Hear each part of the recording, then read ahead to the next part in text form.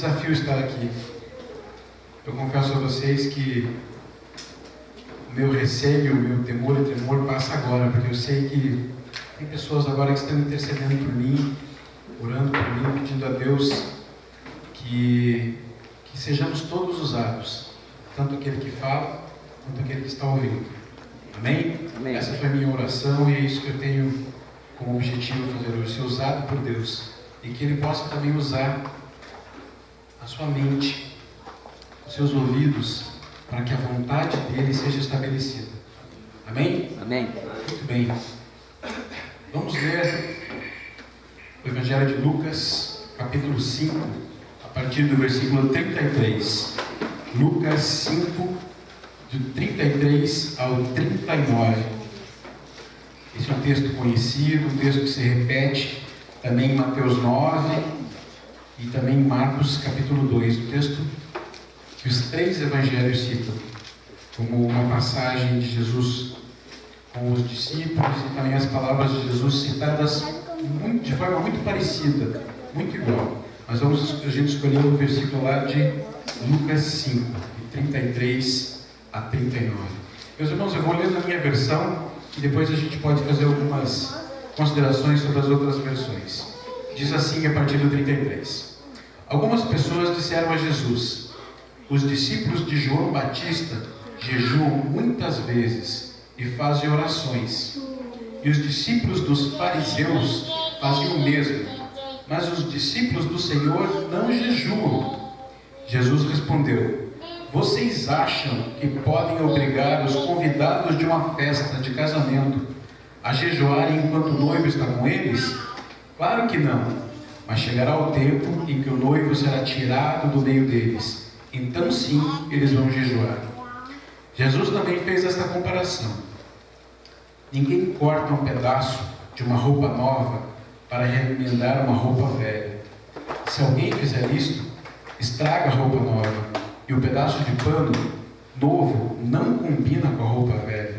Ninguém põe vinho novo em odres velhos. Se alguém fizer isso, os odres rebentam, o vinho se perde e os odres ficam estragados. Não, o vinho novo deve ser posto em odres novos. E ninguém quer vinho novo depois de beber vinho velho, pois diz: o vinho velho é melhor. Amém. Vamos primeiro tentar entender o contexto que Jesus falava aqui. Primeiro, essas comparações que Jesus falava, elas eram muito familiares àquela sociedade. Essa situação de fazer remendos em roupas, nós ainda temos hoje. Muito menos, né? Hoje as roupas já vêm pré-lavadas e elas não encolhem mais, teoricamente, né? Às vezes eu penso que as minhas estão encolhendo, mas aí eu tenho que ver que não é a roupa. Mas Jesus estava familiarizado com aquilo, e ele sabia que o que ele estava falando, o seu público, a sua plateia também estava entendendo, e todos tinham esse conhecimento, não era uma novidade.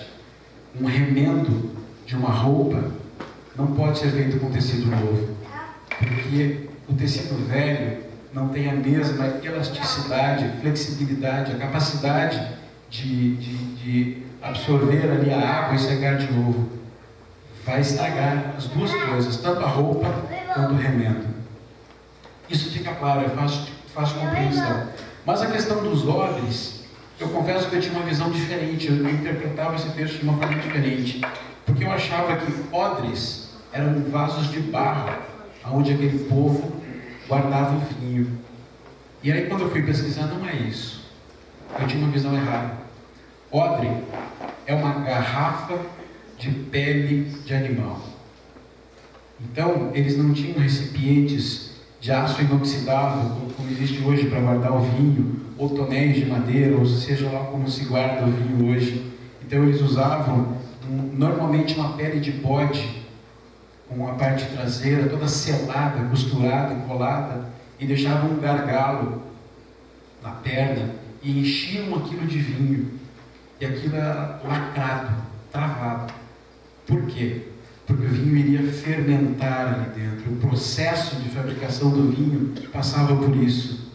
E todos sabiam que o vinho novo por conta da temperatura e do processo de fabricação de vinho, que não vem ao caso agora, mas ele fermentava, ele expandia.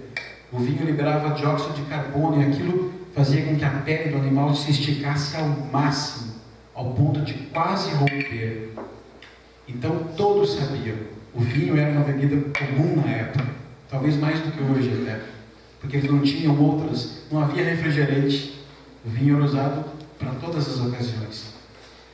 E para um vinho novo era necessário um odre, uma pele de animal nova, porque somente aquela pele nova tinha capacidade de se esticar, de aguentar aquela pressão até que a fermentação toda passasse e aí ela voltava ao normal. Então, se você colocasse um odre velho com um vinho novo, você perderia as duas coisas, porque ele iria se romper, não aguentar a pressão, e iria se perder o vinho e o odre. Os discípulos de João Batista aqui estavam questionando Jesus, questionando por que eles tinham o hábito de jejuar, o hábito ritual do jejum, e os fariseus também tinham o jejum ritual. Era algo que era do calendário deles semanal, o dia do jejum. Era uma ordenança judaica, rabínica, e eles seguiam aquela tradição, eles seguiam todas as leis, eles seguiam todos os preceitos do judaísmo. E eles questionaram por que os discípulos de Jesus não faziam igual? Por que eles não obedeciam essas regras? E Jesus coloca para ele que para eles, colocando uma comparação como os convidados de um casamento, no momento de alegria, no momento de felicidade, não era momento de jejum. Haveria sim um momento de jejum, a hora que o noivo não estivesse mais com eles, mas aquele momento era um momento de alegria. E depois Jesus coloca essas duas comparações, que têm o mesmo sentido, do tecido novo na roupa velha e do vinho novo no recipiente velho. E o que Jesus está falando aqui é muito claro, muito claro. Os fariseus, os representantes da religiosidade da época, não estavam prontos para receber o Evangelho, não estavam prontos para a boa nova do Evangelho. A mente deles não estava preparada, não tinha elasticidade, flexibilidade, capacidade de entender o que Jesus estava trazendo. Diante deles estava o Messias, o Salvador, estava a promessa de Deus, o Filho de Deus, e eles estavam cegos para isso. Eles não estavam vendo isso. As profecias estavam se cumprindo diante deles, e eles não conseguiam perceber, porque a mente deles estava condicionada a algo antigo, a algo velho, algo que não cabia mais naquele tempo. O tempo havia chegado, o momento de Jesus havia chegado, e eles não entendiam. Eles tentavam com que todos os ensinamentos de Jesus coubessem dentro do formato que eles tinham aprendido. Isso era impossível. O Evangelho não poderia ser remendado na religiosidade da época. A boa nova do Evangelho não podia ser enxertada na religiosidade da época. Era impossível. Jesus não veio para fazer uma pequena reforma na religiosidade da época. Jesus veio para trazer um novo vinho, uma nova mensagem. Tudo o Velho Testamento se cumpriu, todas as promessas se cumpriram, mas a partir daquele momento uma nova aliança estava sendo formada, e não haveria como coexistir as duas coisas. Seria impossível seguir a Jesus e seguir aos preceitos religiosos da época.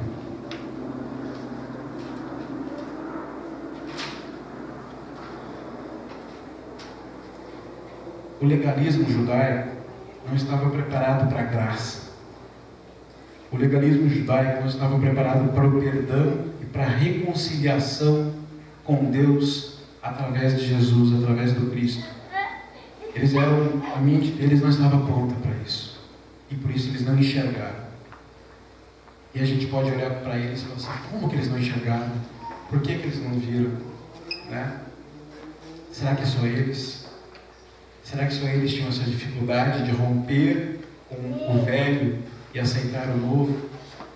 Será que nós não agimos às vezes assim também? Será que não é uma característica humana? Todos nós temos resistência à mudança. Mudar dói. Mudar incomoda. Pensar diferente é difícil. É uma característica humana. Nós tendemos a buscar uma zona de conforto. Aquilo que é familiar, aquilo que é dominado já te traz segurança. Isso vale para muitas áreas da nossa vida. Vamos pensar na parte profissional. Nós, às vezes, estamos com muito tempo fazendo a mesma atividade, já dominamos aquilo, já conhecemos, temos anos e anos naquela atividade e não nos achamos já capacitados, achamos que conhecemos tudo e não cogitamos a hipótese de fazer de forma diferente. E quando isso acontece é muito perigoso. No mercado corporativo, quando você começa a pensar assim, em pouco tempo, aquele estagiário que você contratou te ultrapassa. Em mais algum tempo, você está recebendo ordens daquele estagiário, porque o novo sempre vem. Sempre vem. E um bom profissional é aquele que está capacitado a se renovar, a se reinventar, a buscar novos conhecimentos, novas formas de fazer a mesma coisa. No trabalho é assim. E na nossa casa, na nossa vida, nos nossos sentimentos, nas nossas emoções, isso também acontece. Às vezes você está casado há 30, 40 anos e você pensa assim, não, mas tudo que tinha que acontecer já aconteceu. Já conheço a minha esposa, já conheço o meu marido, já conheço os meus filhos. Mas não, nós também somos desafiados a nos reinventar, a recebermos novas instruções, novas formas, porque essa sensação de segurança, de conforto, aquela coisa dominada, é muito perigosa para nós, porque nós nos acomodamos. Será que na nossa vida espiritual também não é assim? Será que nós não nos acomodamos e paramos de buscar a Jesus? Paramos de buscar um vinho novo? Vejam, meus irmãos, o vinho tem uma simbologia de alegria, uma simbologia de festividade. Jesus fala de uma festa, do noivo.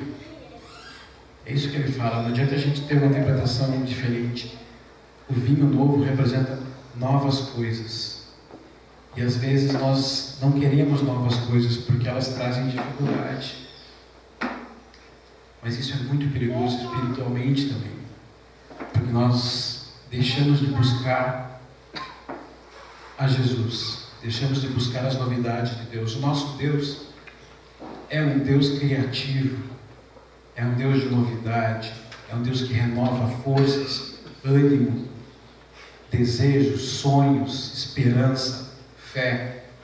Nós não devemos ficar parados no nosso castelo protegido, achando que está bom do jeito que está. Na semana passada, aqui na escola dominical, eu ouvi do Jefferson uma comparação muito boa, que a vida com Deus é uma escada rolante. Quem estava aqui ouviu isso. E nós temos que... É aquela brincadeira de subir a escada rolante ao contrário. Se você parar, você vai descer. E a vida com Deus é isso, é dinâmica. O nosso Deus é um Deus de novidade. Eu fiquei pensando aqui Fiquei pensando qual uma comparação que eu poderia fazer de algo antigo ou de coisas velhas que trazem prosperidade. E eu encontrei uma coisa que é antiga e que, baseada em coisas antigas, e obtém resultado positivo. É um museu. Então, a única coisa que vive do passado e obtém lucro e obtém resultado é um museu. Lá sim, as coisas antigas são explicadas, e isso serve para o nosso conhecimento. Mas é o único lugar onde o antigo vai obter prosperidade. Só que nós não devemos ser museus ambulantes. Nosso Deus não quer isso da gente. Nós precisamos ser renovados a cada dia. Vamos ler um texto lá em Isaías 43, 18 e 19, lá do Velho Testamento, onde Deus já dizia como essas coisas iriam acontecer e o que Ele iria fazer. Isaías 43, 18 e 19. Isaías 43, 18 e 19. O profeta Isaías estava falando de coisas, talvez do seu presente, mas também do futuro. A minha versão diz assim: mas agora o Senhor Deus diz ao seu povo: não fiquem lembrando do que aconteceu no passado. Não continuem pensando nas coisas que fiz há muito tempo, pois agora vou fazer uma coisa nova, que logo vai acontecer, e de repente vocês a verão. Prepararei um caminho no deserto e farei com que estradas passem em terras secas. É interessante que Jesus estava dialogando com os profetas de João Batista. E João Batista era o precursor de Jesus. Ele veio para preparar o caminho. Ele já trouxe os sinais da mudança, o arrependimento, o batismo, mas Jesus trouxe a mudança definitiva. Vamos ler também 2 Coríntios 5,17. 2 Coríntios 5,17. Um texto bem conhecido.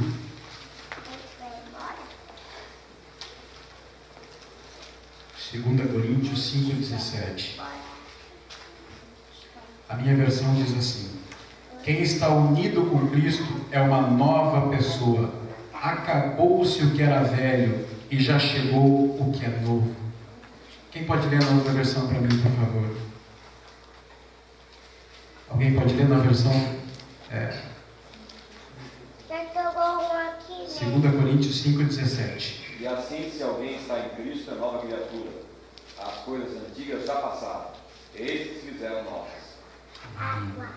Vamos ler também Romanos 12, 2. O último texto. Romanos 12, 2.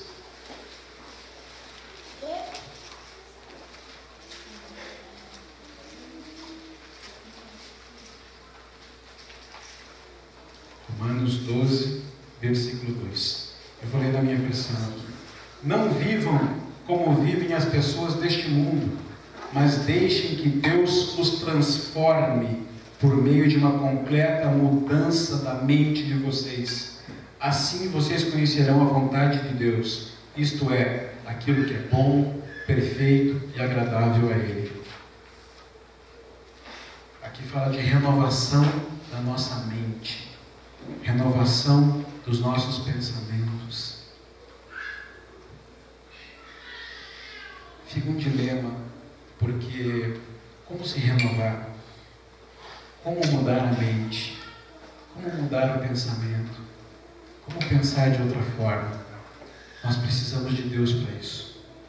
Por nossa conta própria não é possível, porque a nossa natureza não é essa.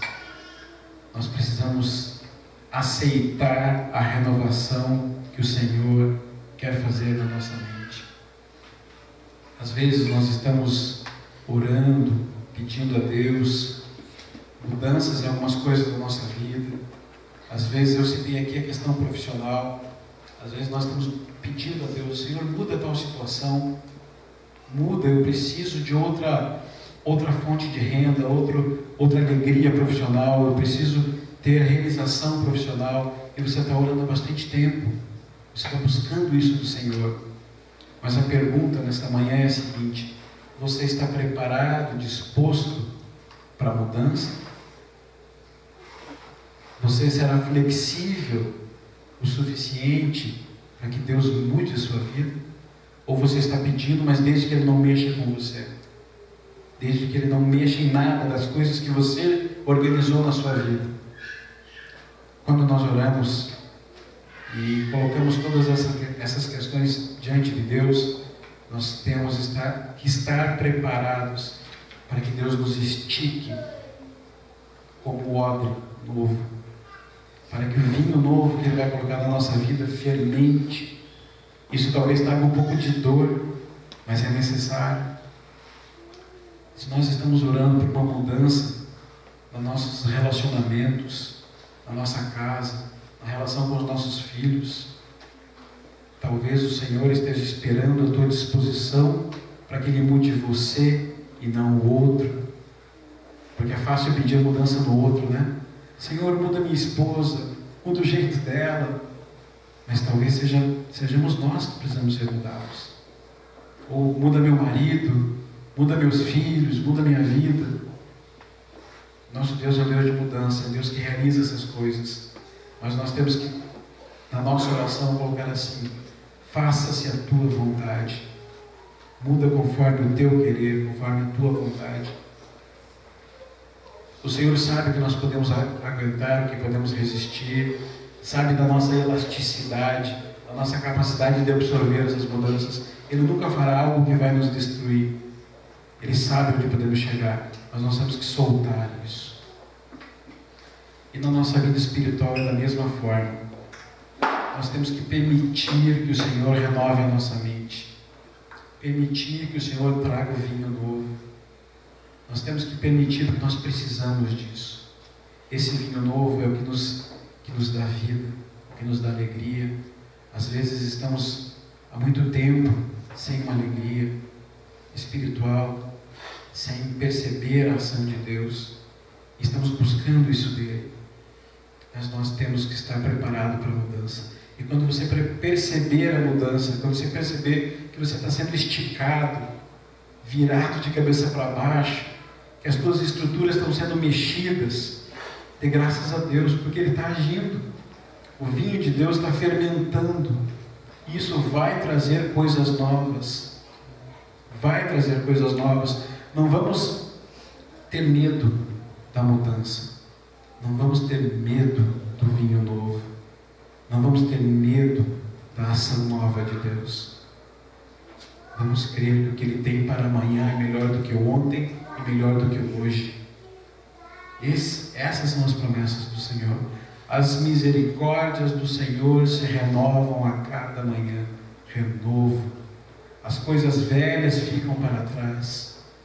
Esse é o milagre do nosso Deus, porque Ele pode nos renovar, independentemente do que aconteceu na tua vida até aqui, independente do que você fez, do que você deixou de fazer, independente do pecado que você confessou, independente de qualquer coisa. O Senhor pode renovar e fazer uma nova criatura. Ele usa a expressão de nascer de novo, e é isso. É isso que nós precisamos para experimentar o vinho novo de Jesus. Permitir a ação dele de renovação na nossa mente, renovação nas nossas estruturas. Creia que o que ele tem é melhor do que o que nós construímos. Vamos crer nisso. Amém? Vamos orar, meus irmãos. Mesmo assentados. Senhor nosso Deus, obrigado, papai, porque o Senhor é o vinho novo. Porque a tua palavra, Senhor, nos renova, nos anima, nos motiva, Senhor. Nos faz, Senhor, crer no teu poder para mudar situações, mudar, papai, dramas pessoais que vivemos às vezes, situações profissionais, familiares, emocionais, sentimentais e espirituais, Senhor. Todas essas áreas da nossa vida nós entregamos a Ti e pedimos que o Senhor nos capacite, Senhor, a suportar as mudanças propostas por Ti, a não resistirmos, Senhor, à boa nova do Evangelho, a não resistirmos, Senhor, ao que o Senhor tem proposto para a nossa vida.